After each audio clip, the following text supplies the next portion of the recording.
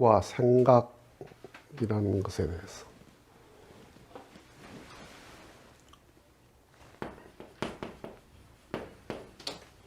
학생과 생각. 학생이라는 말은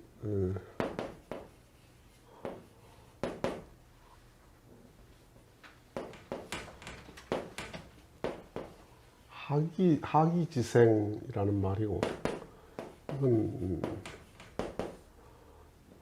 생이지각, 생이지각이라는 말입니다. 생각, 학생 이 말입니다.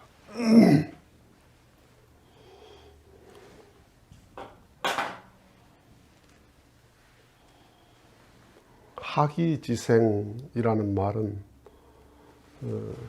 산다는 것은 배움이다. 배움의 연속이다. 그 다음에 생각이라는 것은, 생이지각이라는 것은, 삶이라는 것은 깨달음의 연속이다. 그러니까 살면서 끝없는 배움과 끝없는 깨달음을 가져야 그게 살아있는 삶이다 이 말이죠. 배움과 깨달음이라는 건 좀 차이가 있어요. 배움이라는 건 가르쳐줘서 내가 배우는 것, 학이지지를 말하고, 깨달음이라고 하는 것은 그 배운 바를 가지고 내 스스로 알아지는 것, 터득되어지는 것, 그 깨달음이죠. 그래서 자기 인생에 대해서 항상 배우고 깨달은 삶이 돼야 된다는 겁니다. 사람이 태어나서 가장 첫 질문이 뭐냐? 아이들이. 엄마, 나 어떻게 태어났어? 나 어떻게 생겼어?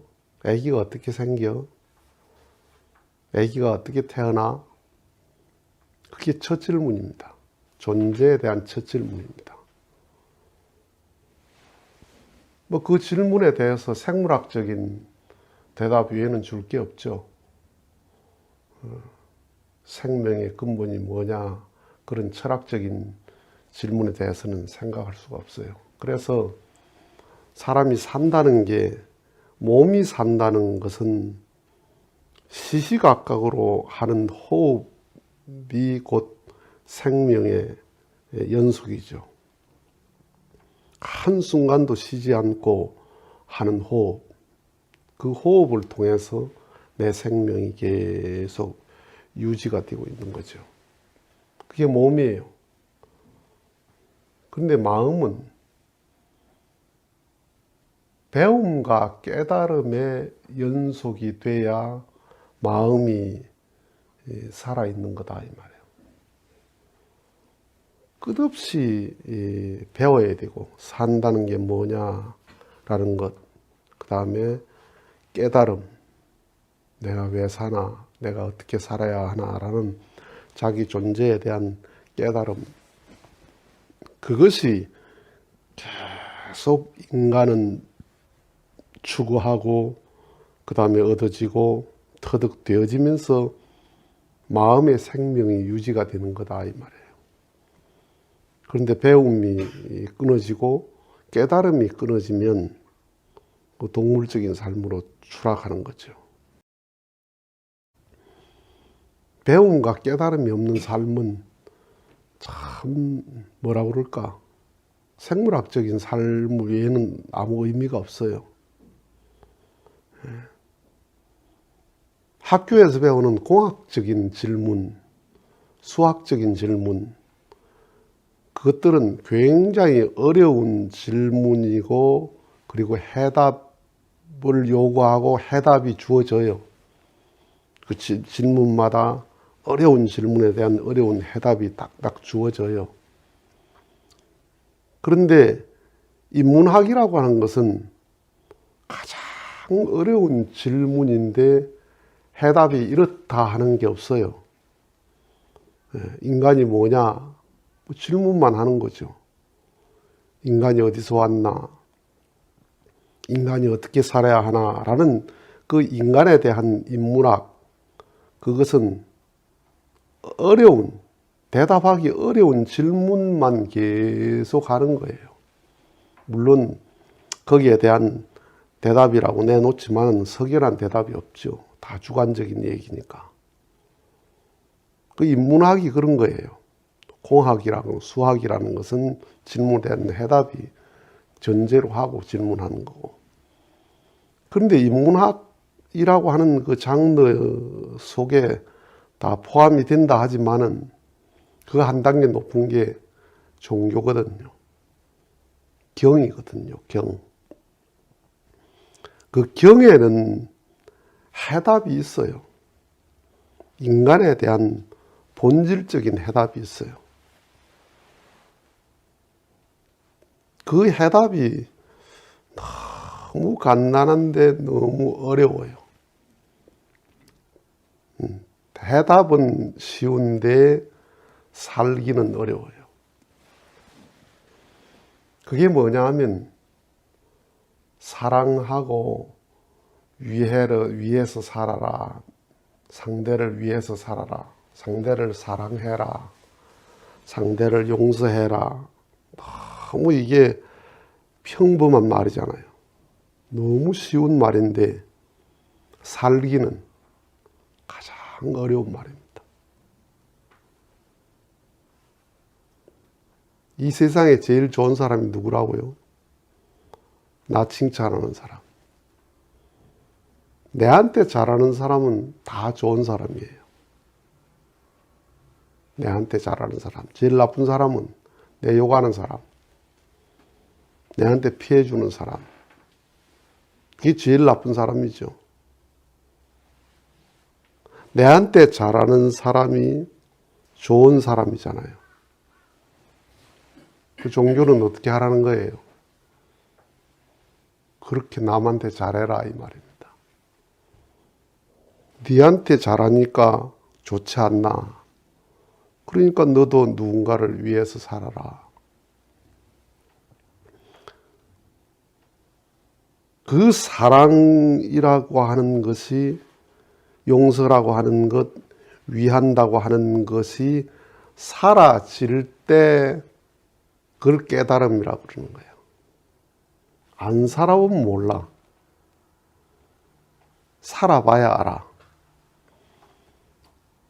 그러니까 진리라고 하는 것은 살아야 아는 거다. 지식은 알면 아는 거다. 수학은 알면 아는 거예요. 공학은 알면 아는 거예요. 그러니까 배워서 알면, 이해하면 다 아는 거예요. 그러니까 알고 모르고의 한계가 분명해요. 모르면 모르는 거예요. 알면 아는 거예요. 근데 진리라고 하는 게 뭐냐? 깨달음이라는 게 뭐냐? 아는데 사라지지 않으면 모르는 거야. 그건 깨달지 못한 사람이에요. 배웠는데 깨달지는 못한 사람이에요. 용서하는 게 좋다는 거 다 알죠? 다 알죠? 그건 배움이죠. 그런데 용서가 됩니까? 아니요. 그건 모르는 거야, 그게. 그건 깨달지 못한 사람이요. 남을 위하는 게 좋은 거다라는 거 다 알지요. 그건 배움이에요. 그런데 그리 살아 하면 안 사라져. 그러니까 그건 깨달지 못한 사람이야. 모르는 거예요. 그래서 종교라고 하는 것, 인문학을 뛰어넘어서 종교라고 하는 것은 상대방이 내게 잘하니까 내게 좋지 않나. 똑같이 그렇게 그 사람을 위해 살아라. 그게 사는 목적이고 사는 의미다 이 말이에요. 인간의 존재 목적은 거기에서 찾는 거예요. 그러니까 그 존재 목적을 상실하면 존재 의미가 없어지는 거지. 목적을 상실하면 의미가 없어지는 거거든요. 목적을 상실하면 있어도 없는 거야.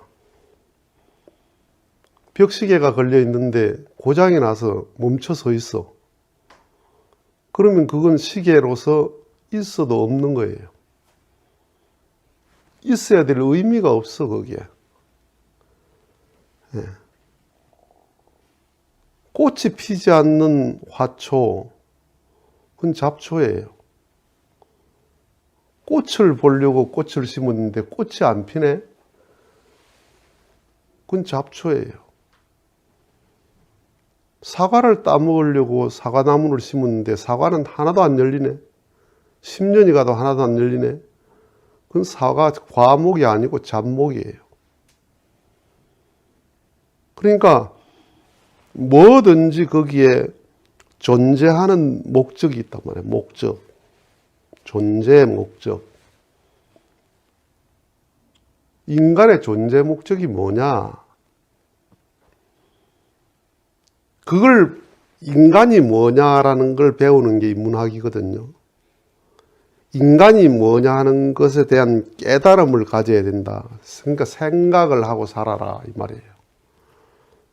깨달음에 이르르는 삶을 살아라. 생각하고 살아라 이 말은. 그냥 뭘 의식하고 살아라는 말이 아니고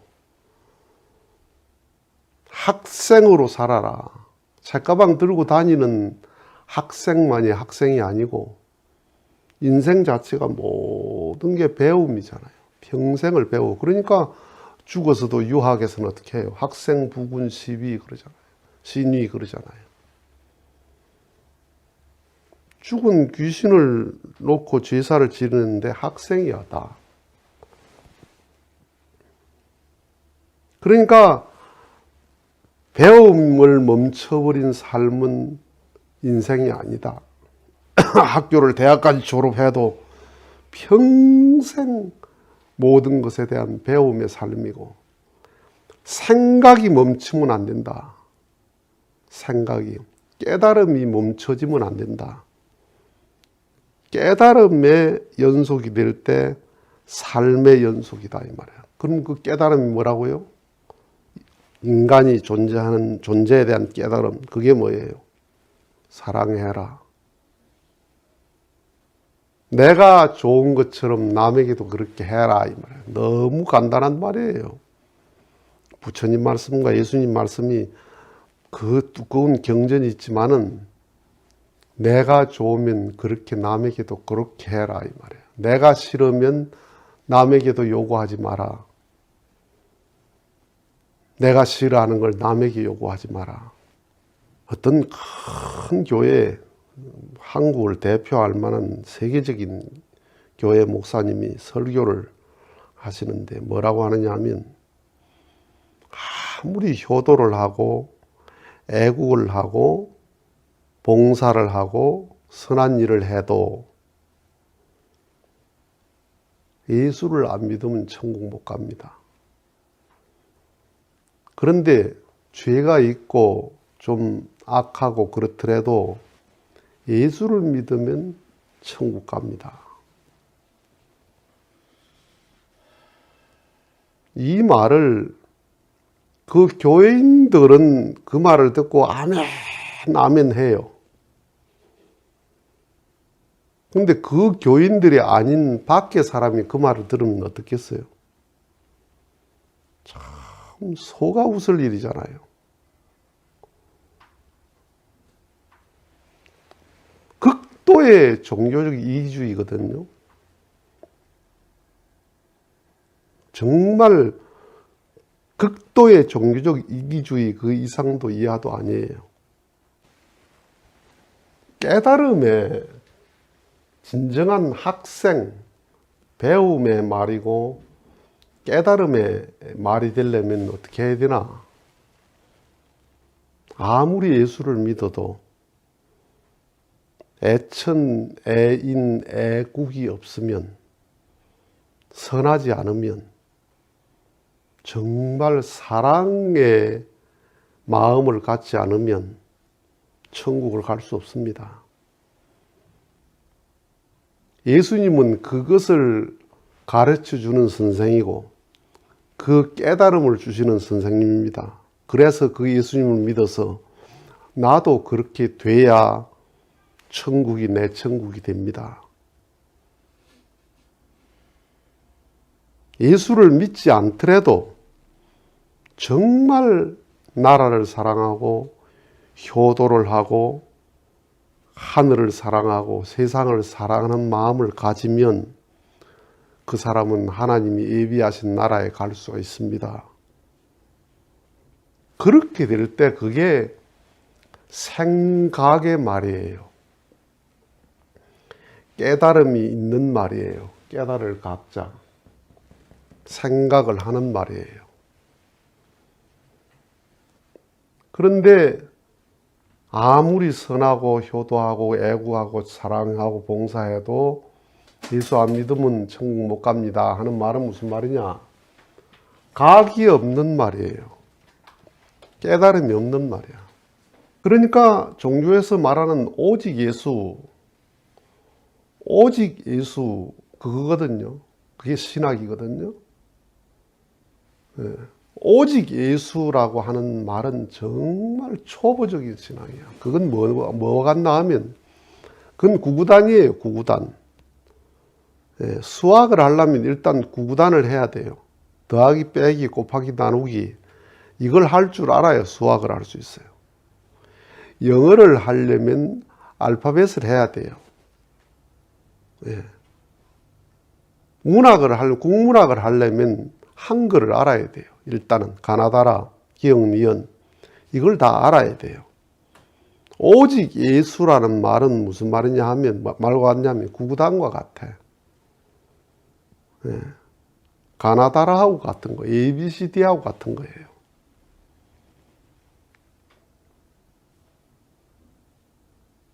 오직이라는 게 성장을 하면 확 바뀌거든요. 젖먹는 아이는 오직 모유잖아요. 오직 우유. 우유가 길이요 진리요 생명이에요. 엄마 모유가 길이요 진리요 생명이야. 아무리 시장에 먹거리가 많아도 젖먹는 아이에게는 하나도 먹으면 안 돼요. 딱 모유만 먹어야 돼요. 오직 모유. 돌 지나면 이유식, 3살, 4살, 5살 되면 밥, 7, 8 되면 치킨하고 비빔밥 다 먹어요. 오직에서 다 벗어나요. 오직 예수라는 말은 초보에 인간이 뭐냐 생각을 깨닫기 전에 학생 배움이 없을 때 그것을 배우고 깨닫게 하는데 입문하는 게 오직 예수예요. 입문을 해서 예수를 배우고 예수적 생각에 딱 들어가면 어때요? 아, 예수를 믿고 기독교를 믿는 게 구원이 아니고 사람이 되는 게 구원이구나. 무슨 사람? 사랑의 사람이 되는 게 구원이구나 하는 걸 안단 말이야. 그러니까 오직 예수를 넘어서 뭘 해야 돼요? 오직 사랑해야, 오직 예수 믿어야, 그게 오직 사랑해야 그 깨달음이 내 신념이 되고 내 믿음이 되고 내 삶이 돼야 된단 말이야. 그래서 신앙 생활이에요. 신앙은 생활이지 신앙은 믿음이 아니다 이 말이에요.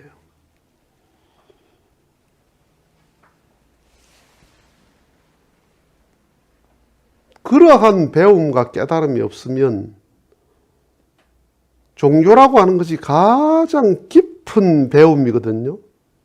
가장 심오한 배움인데 자칫하면 가장 얕은 배움이 돼요. 가장 깊은 배움이거든요. 학생, 종교 학생이. 서울대 학생보다도 예수 학생이 부처 학생이 가장 깊은 배움을 갖는 거란 말이야. 그 학생이라는 게. 예. 서울대 하버드생 생각, 깨달음보다 예수 생각, 부처 생각, 거기에 깨달음이 훨씬 깊은 깨달음이란 말이야. 그런데 오직 예수라고 하는 프레임에 딱 걸려버리면 어떻게 돼요? 서울대보다 얕은 배움이 되고 얕은 깨달음이 되는 거예요.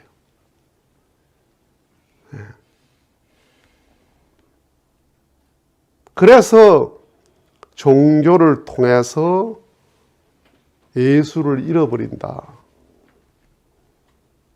종교를 통해서 경전을 오히려 잃어버린다 이 말이에요.